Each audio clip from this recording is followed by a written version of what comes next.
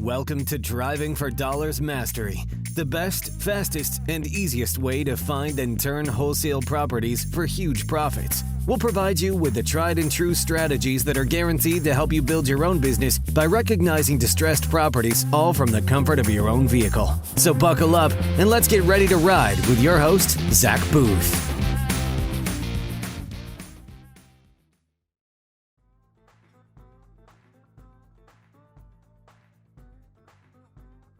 So you don't spend very much on marketing, and then how did the rest of it go? How did you? Because I know now, like let's talk about where you are now and like what you did to get to where you're at. So tell me about your business now. It's been 3 years since you started. So what does your business look like now? My business now is I have my right hand man is Dylan, so he's my acquisition manager, and so he's the one that does all the appointments and sales and talks to your sellers and that kind of stuff. Exactly, yeah. Dylan started for me last year as a driver, cold caller, and was doing text messaging for me. He was very talented. He couldn't stay in that role for too long, so we promoted him to acquisitions. He's definitely the right guy for that job. Now I have a guy that does text messaging for me. That's a student at University of Oregon, so he doesn't even live here, but he's a part of our team, and so on the Zoom calls every Monday morning. We have Keisha that does lead management for us. We have 2 cold callers in the Philippines, and then my wife Alejandra. And then also we have a guy in Bangladesh that handles a lot of our data type stuff and administrative type work. Love it. So we're wrapping up the first quarter of 2021. Do you mind sharing what your projected revenues are for this year?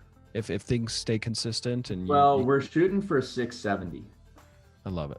670,000. Yeah, and that would be a 50% growth over last year. And last year was still a fairly small team. It was myself, Keisha, who was a cold caller at that time, and Dylan, who was doing the driving and the text messaging and some cold calling.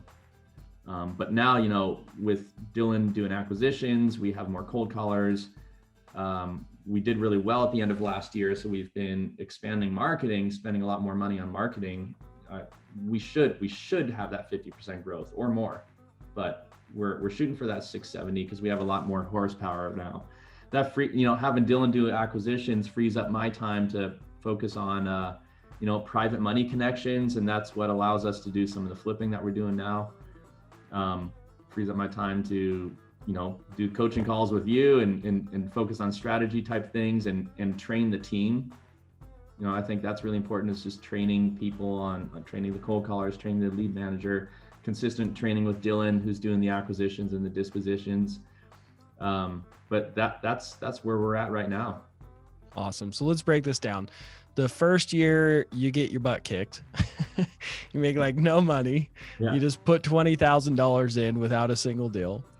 The next year, how much did you make that second year, 2019? We made, not us personally, but the wholesaling business, I think was like 370. Oh, you did 370. That like the first year of actually making money, you made 370. That's amazing. So that's in 2019. 2020, did you get close to that, or where were you 2020? We did 450 in 2020. 450. Awesome. And then you're going to try and do, what did you say, 670 this year. 670,000 this year. And I know, I've been seeing what you've been doing. You've been absolutely crushing it so far this year.